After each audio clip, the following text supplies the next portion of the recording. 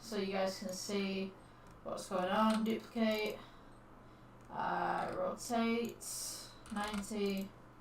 Okay, so when you're looking at doing different colours and lighting, like, it's pretty easy to set up.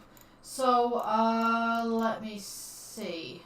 So let's put this on a render view. You can see that we already have a light within our scene on Blender, and it's a white light. So how do you change this? So what you're going to do is you're going to go over to the data section, which has got the little light bulb in green over here, and you're basically just going to go to the colours.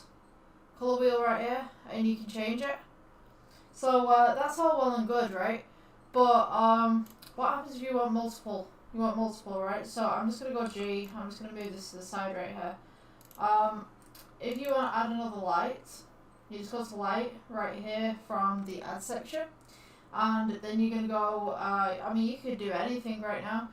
You've got point, you've got sun, you've got spot, you've got area. We're going to be working with points today. So your point should appear in the middle there, so just press G and you'll be able to bring it up.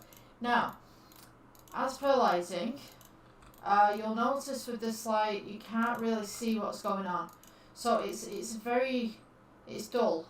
It's extremely dull, right? So if you want to make this light brighter, just go to the power, and you've got 10 watts at the moment.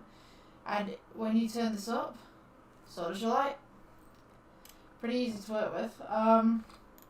So if I leave that one there and I change it to blue, you see now I've got a blue hue. If you want to duplicate the lights, you can do. So you just press like Shift D and just use the axis to move it up and down, and then you can move this light across. So with this light also, you can change it to a different colour, like whatever you want.